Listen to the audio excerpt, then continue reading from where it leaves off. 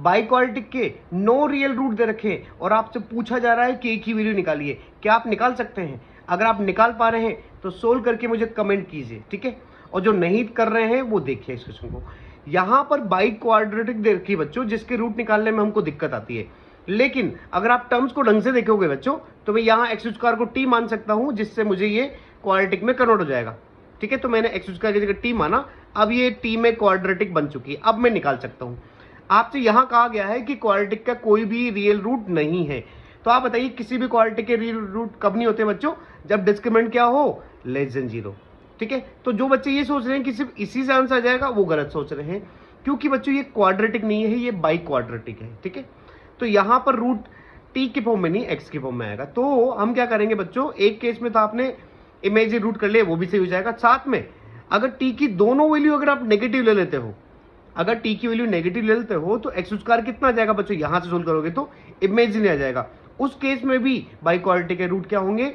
Non real होंगे, ठीक है? तो देखो मैंने क्या कहा, सबसे पहले तो आपके पहला केस तो क्या हो जाएगा बच्चों आपका, कि क्वाड्रेटिक के रूट इमेजिनरी होंगे, तो वो कब होगा बच्चों? जब डी लेस देन 0 हो। दूसरा, अगर आप टी को नेगेटिव ले लोगे, दोनों रूट नेगेटिव ले लोगे, तो यहां से भी इमेजिनरी बन जाएगा। तो ये इस तरीके से सोल्व करेंगे अपन, ठीक है? अब बात करते हैं इसको सोल्व कैसे करते हैं। ये टी में क्वाड्रेटिक बन चुकी है, तो पहला केस कह रहा था डी लेस देन 0 होगा, तो डी अगर निकाल लोगे, डी क्या होता है बच्चों? B square minus 4ac।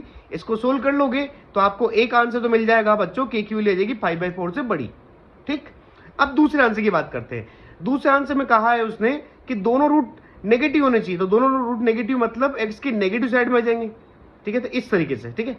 यहां अगर आप देखोगे तो डी की वैल्यू क्या होनी चाहिए? 0 है, 0 से बड़ी। एफ ऑफ 0 की वैल्यू अगर देखोगे तो एफ ऑफ 0 ऊपर जाके कट करेगा, तो एफ ऑफ 0 पॉजिटिव आएगा। साथ में माइनस b/2 ये डिस्टेंस होती है बच्चों ओरिजिन से, तो ये वैल्यू बड़ी होगी बच्चों, ये छोटी होगी बच्चों 0 से। तो इन तीनों केस को जब सोल्व करोगे, अच्छा फंक्शन क्या कहते हैं बच्चों? इसी को एफ ऑफ टी कहा जाएगा। तो यहां अगर एक टी की जगह 0 रख दोगे तो आप ये भी निकाल पाओगे।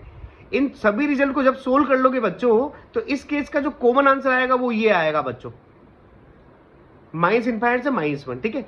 तो आंसर आपका एक तो ये हो जाएगा और एक ये हो जाएगा, तो इन दोनों पर यूनियन लगा देंगे। तो इस तरीके से ऐसे क्वेश्चन को भी सोल्व किया जा सकता है।